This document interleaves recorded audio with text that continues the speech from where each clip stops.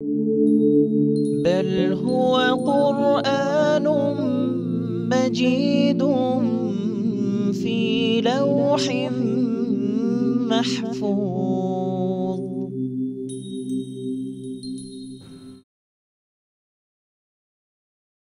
بسم الله الرحمن الرحيم.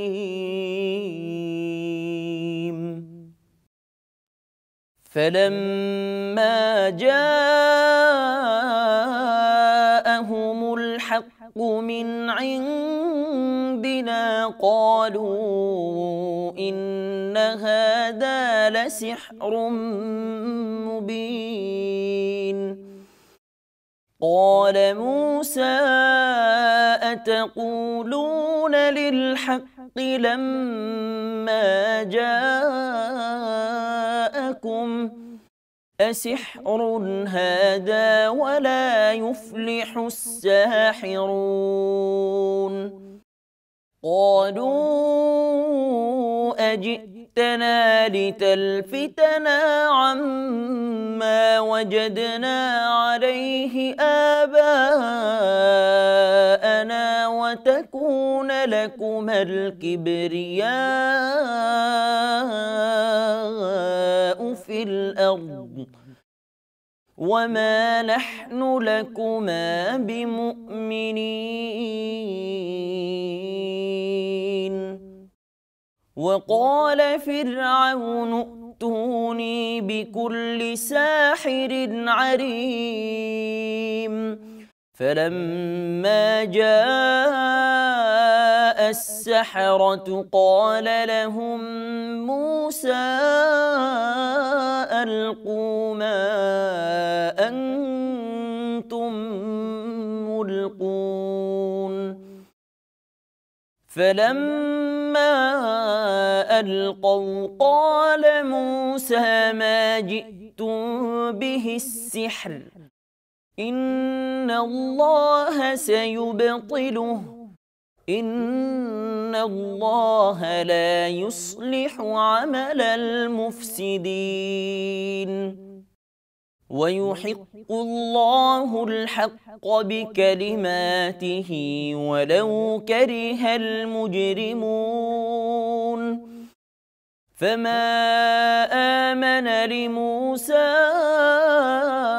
إلا ذرية من قومه على خوف من فرعون وملئهم أن يفتنهم وإن فرعون لعال في الأرض وإنه لمن المسرفين. وقال موسى يا قوم إن كنتم آمنتم بالله فعليه توكلوا إن كنتم مسلمين. فقالوا على الله توكلنا ربنا لا تجعلنا فتنة للقوم الظالمين ونجنا برحمتك من القوم الكافرين. وأوحينا إلى موسى وأخيه أن تبوآ لقومكما بمصر بيوتا واجعلوا بيوتكم قبلة وأقيموا الصلاة وبشر المؤمنين. وقال موسى ربنا إنك آتيت فرعون وملأه زينة وأموالا في الحياة الدنيا ربنا ليضلوا عن سبيلك ربنا اطمس على أموالهم واشدد على قلوبهم فلا يؤمنوا حتى يروا العذاب الأليم قال قد أجيبت دعوتكما فاستقيما ولا تتبعان سبيل الذين لا يعلمون وجاوزنا ببني إسرائيل البحر فأتبعهم فرعون وجنوده بغيا وعدوا حتى إذا أدركه الغرق قال آمنت أنه لا إله إلا الذي آمنت به بنو إسرائيل وأنا من المسلمين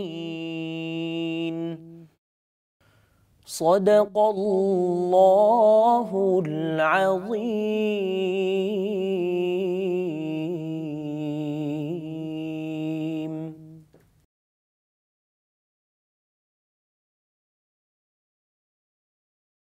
দয়াময় পরম দয়ালু আল্লাহর নামে। অতঃপর যখন উহাদের নিকট আমার নিকট হইতে সত্য আসিল তখন উহারা বলিল, ইহা তো নিশ্চয়ই স্পষ্ট জাদু। মূসা বলিল, সত্য যখন তোমাদের নিকট আসিল তখন তৎসম্পর্কে তোমরা এইরূপ বলিতেছ, ইহা কি জাদু? জাদুকরেরা তো সফল কাম হয় না। উহারা বলিল, আমরা আমাদের পিতৃপুরুষগণকে যাহাতে পাইয়াছি তুমি কি তাহা হইতে আমাদেরকে বিচ্যুত করিবার জন্য আমাদের নিকট আসিয়াছ এবং যাহাতে দেশে তোমাদের দুইজনের প্রতিপত্তি হয় এই জন্য? আমরা তোমাদের প্রতি বিশ্বাসী নই। ফিরআউন বলিল, তোমরা আমার নিকট সকল সুদক্ষ জাদুকরকে লইয়া আসো। অতঃপর যখন জাদুকরেরা আসিল তখন উহাদেরকে মূসা বলিল, তোমাদের যাহা নিক্ষেপ করিবার নিক্ষেপ করো। অতঃপর যখন তাহারা নিক্ষেপ করিল তখন মূসা বলিল, তোমরা যাহা আনিয়াছ তাহা জাদু, নিশ্চয়ই আল্লাহ উহাকে অসার করিয়া দিবেন। আল্লাহ অবশ্যই অশান্তি সৃষ্টিকারীদের কর্ম সার্থক করেন না। অপরাধীরা অপ্রীতিকর মনে করিলেও আল্লাহ তাহার বাণী অনুযায়ী সত্যকে প্রতিষ্ঠিত করিবেন। ফেরাউন ও তাহার পরিষদবর্গ নির্যাতন করিবে এই আশঙ্কায় মূসার সম্প্রদায়ের একদল ব্যতীত আর কেহ তাহার প্রতি ঈমান আনে নাই। বস্তুত ফিরআউন ছিল দেশে পরাক্রমশালী এবং সে অবশ্যই সীমালঙ্ঘনকারীদের অন্তর্ভুক্ত। মূসা বলিয়াছিল, হে আমার সম্প্রদায়, যদি তোমরা আল্লাহতে ঈমান আনিয়া থাকো, যদি তোমরা আত্মসমর্পণকারী হও, তবে তোমরা তাঁহারই উপর নির্ভর করো। অতঃপর তাহারা বলিল, আমরা আল্লাহর উপর নির্ভর করিলাম। হে আমাদের প্রতিপালক, আমাদেরকে জালিম সম্প্রদায়ের উৎপীড়নের পাত্র করিও না এবং আমাদেরকে তোমার অনুগ্রহে কাফির সম্প্রদায় হইতে রক্ষা করো। আমি মূসা ও তাহার ভ্রাতাকে প্রত্যাদেশ করিলাম, মিশরে তোমাদের সম্প্রদায়ের জন্য গৃহ স্থাপন করো এবং তোমাদের গৃহগুলিকে ইবাদত গৃহ করো, সালাত কায়েম করো এবং মুমিনদেরকে সুসংবাদ দাও। মূসা বলিল, হে আমাদের প্রতিপালক, তুমি তো ফিরআউন ও তাহার পারিষদবর্গকে পার্থিব জীবনে শোভা ও সম্পদ দান করিয়াছ, যদ্বারা, হে আমাদের প্রতিপালক, উহারা মানুষকে তোমার পথ হইতে ভ্রষ্ট করে। হে আমাদের প্রতিপালক, উহাদের সম্পদ বিনষ্ট করো, উহাদের হৃদয় কঠিন করিয়া দাও। উহারা তো মর্মন্তুদ শাস্তি প্রত্যক্ষ না করা পর্যন্ত ঈমান আনিবে না। তিনি বলিলেন, তোমাদের দুইজনের দোয়া কবুল হইল, সুতরাং তোমরা দৃঢ় থাকো এবং তোমরা কখনো অজ্ঞদের পথ অনুসরণ করিও না। আমি বনী ইসরায়েলকে সমুদ্র পার করাইলাম এবং ফিরাউন ও তাহার সৈন্যবাহিনী ঔদ্ধত্য সহকারে সীমালঙ্ঘন করিয়া তাহাদের পশ্চাৎ ধাবন করিল। পরিশেষে যখন সে নিমজ্জমান হইল, তখন বলিল, আমি বিশ্বাস করিলাম বনী ইসরায়েল যাহাতে বিশ্বাস করে, নিশ্চয়ই তিনি ব্যতীত অন্য কোনো ইলাহ নাই, এবং আমি আত্মসমর্পণকারীদের অন্তর্ভুক্ত।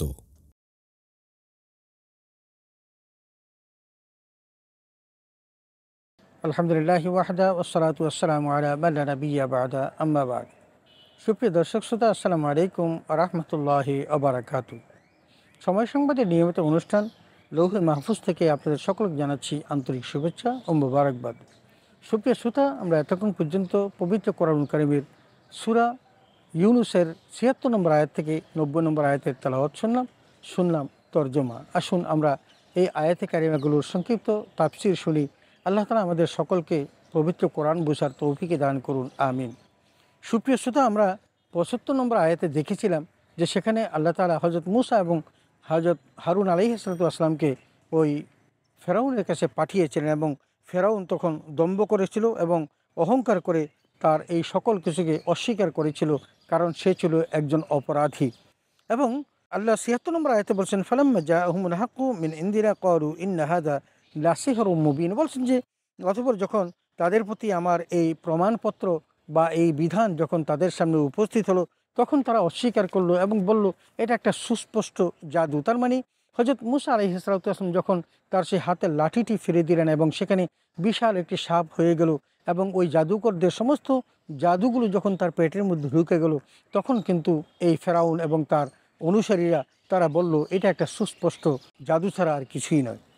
৭৭ নম্বর আয়াতে আল্লাহ তাআলা বলেন, ক্বালা মূসা আতাকুলুনা লিল হাক্কি লাম্মা জাআহুম আসিরুন হাযা ওয়া লা ইফলিহুস সাহিরুন।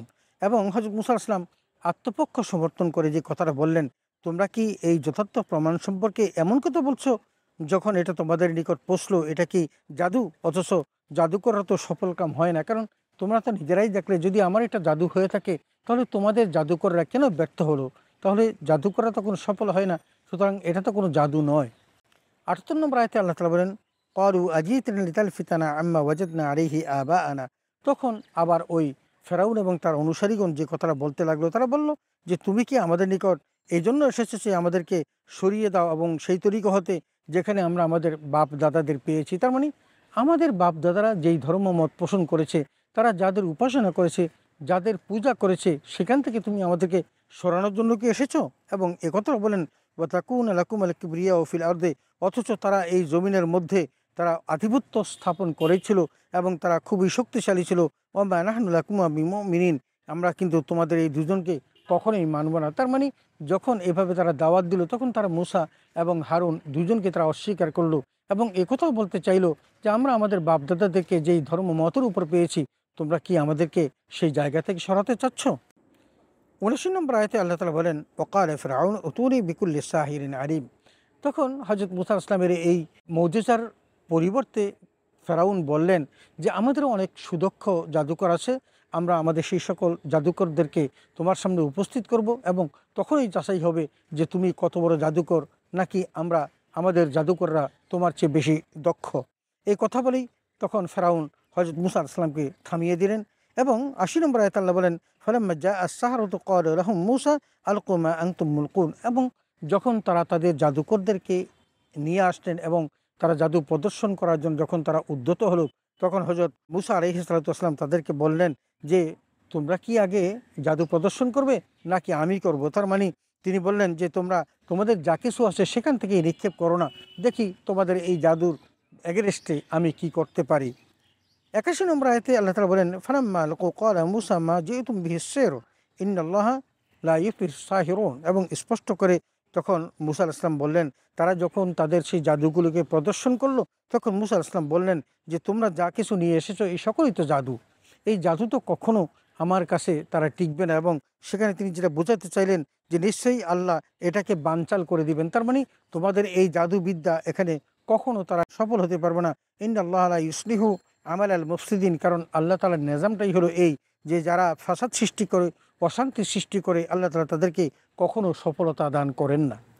82 নম্বর আয়াতে আল্লাহ তাআলা বলেন, ওয়াইহিকুল্লাহুল হাক্কা বিকালিমাতিহি ওয়ালাউ কারিহাল মুজরিমুন, বলছেন যে আল্লাহ তার বাণী অনুযায়ী সত্যকে প্রতিষ্ঠিত করেন, যদিও পাপাচারীরা তা অপছন্দ করে, অপ্রীতিকর মনে করে। তার মানে আল্লাহ তাআলা তার রাসূলদেরকে যে বাণী দিয়ে পাঠিয়েছেন, এইটা তাদের কাছে খারাপ মনে হতে পারে, কিন্তু সেটাই আল্লাহ তাআলা বাস্তবায়ন করেন, কারণ সেটার সাথে সত্য মিশ্রিত আছে। আর আল্লাহর বিরুদ্ধাচরণ যারা করে, তারা এই খোদাদ্রোহীদের কথা, তাদের চক্রান্ত, তাদের মতাদর্শ কখনো আল্লাহ সফল করেন না। এটাই হলো আল্লাহ তাআলার বিধান। 83 নম্বর আয়াতে আল্লাহ তাআলা বলেন, ফামা আমানা লিমূসা ইল্লা যুররিয়াতুম মিন কওমিহি আলা খাউফিম মিন ফিরআউন ওয়া মালাইহিম। এখানে আল্লাহ তাআলা বলেন যে বস্তুত মূসার প্রতি তার স্বগোত্রীয় লোকদের মধ্যে প্রথমে শুধু অল্প সংখ্যক লোকই ঈমান আনলো, তাও ফেরাউন ও তার প্রধান বর্গের এই ভয়ে যে তারা তাদেরকে হত্যা করে ফেলবে, এই ভয়ে তারা অল্প সংখ্যক লোক তারা কি করেছিল, ঈমান এনেছিল।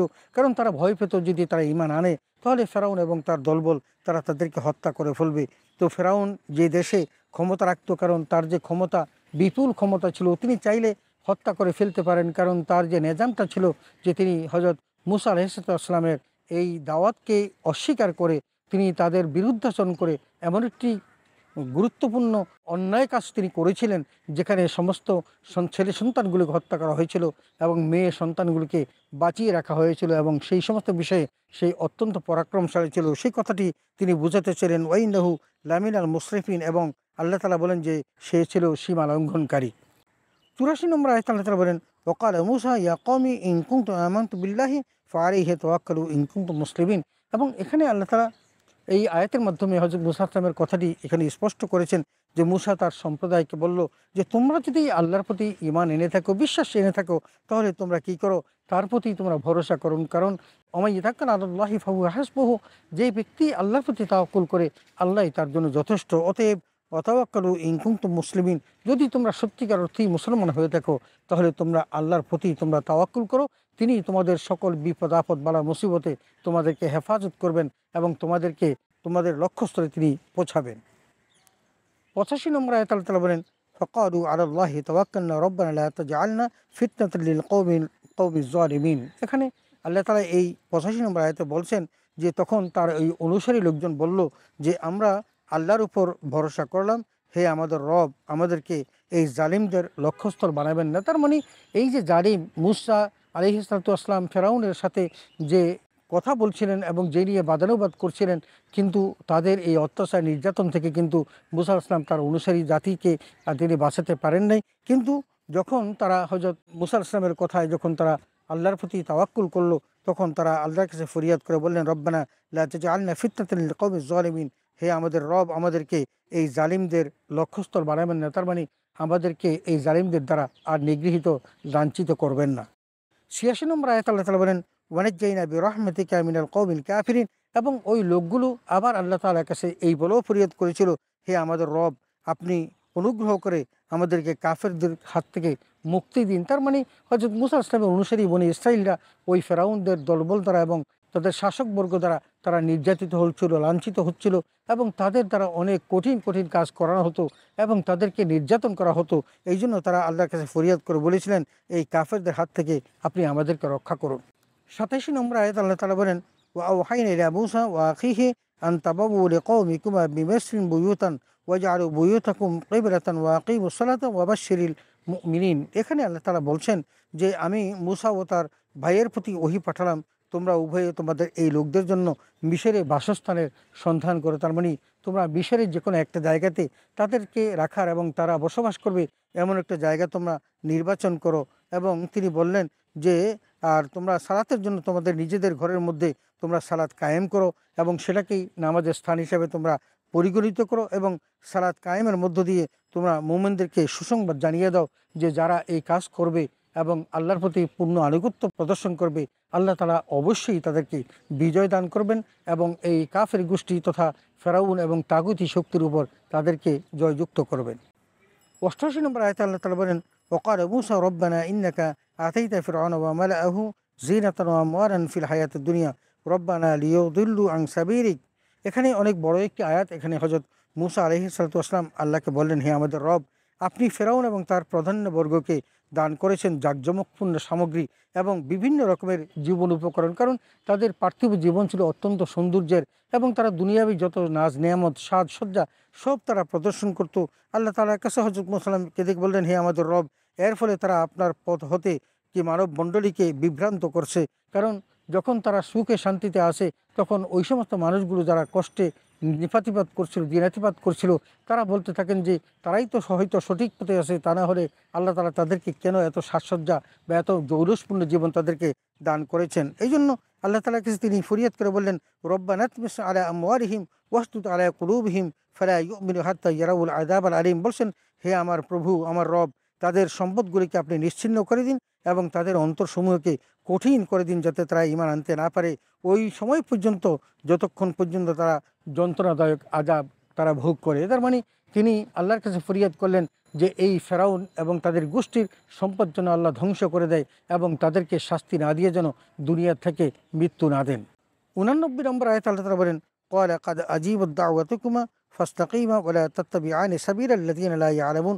তার মানে আল্লাহ বললেন, তোমাদের উভয়ের দোয়া কবুল করা হলো, অতএব তোমরা দৃঢ়তার সাথে তাদের পথ অনুসরণ করো না যারা জ্ঞান নেই। তার মানে যাদের জ্ঞান নেই তাদের পথ তোমরা অনুসরণ করো না, কারণ তোমরা যে আমার কাছে ফরিয়াদ করেছো, তোমরা যে আবেদন করেছো, নিবেদন করেছো, তোমাদের সকল নিবেদন এবং আবেদনকে আমি কবুল করে নিয়েছি।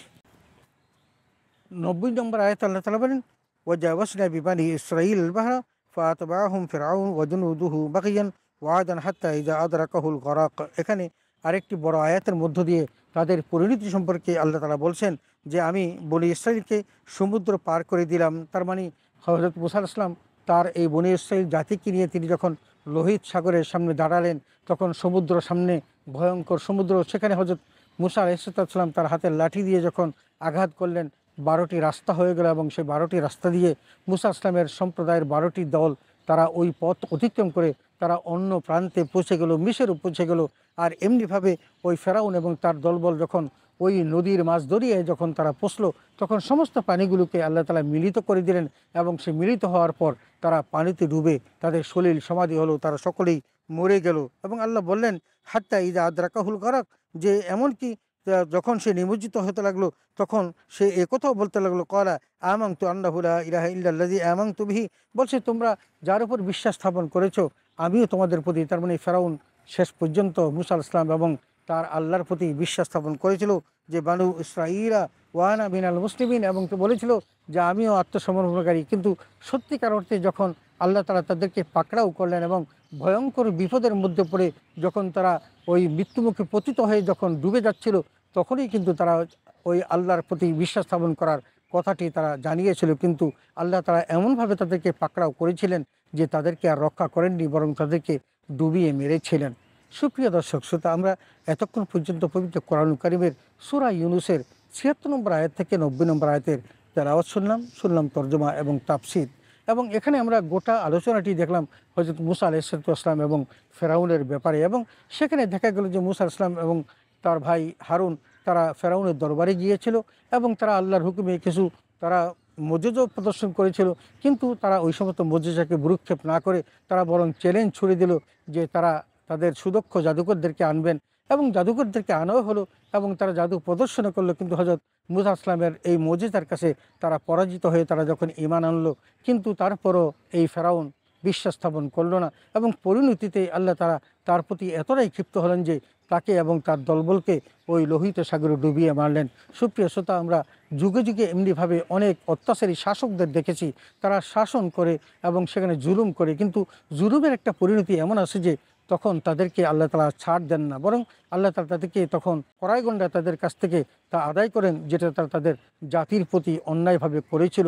সুপ্রিয় শ্রোতা, আসুন আমরা এই আয়াতে কারিমা থেকে আমরা ইবরত হাসিল করি এবং আমরা আমাদের দুনিয়ার জীবনে মানুষের উপর অত্যাচার নিপীড়ন থেকে নিজেদেরকে রক্ষা করি এবং অন্যের অত্যাচার থেকে বাঁচার জন্য আল্লাহর কাছে আমরা মুসা ইসলামের জাতি যেমনি ফরিয়াদ করেছিল আমরা ঠিক তেমনি ফরিয়াদ করি। আল্লাহ তাআলা আমাদের সকলকে পবিত্র কোরআনুল কারীম বুঝার এবং তদনুযায়ী আমল করার তৌফিক দান করুন, আমিন। ওয়া আখিরু দাওয়ানা আলহামদুলিল্লাহি রাব্বিল আলামিন। আসসালামু আলাইকুম ওয়া রাহমাতুল্লাহি ওয়া বারাকাতুহু।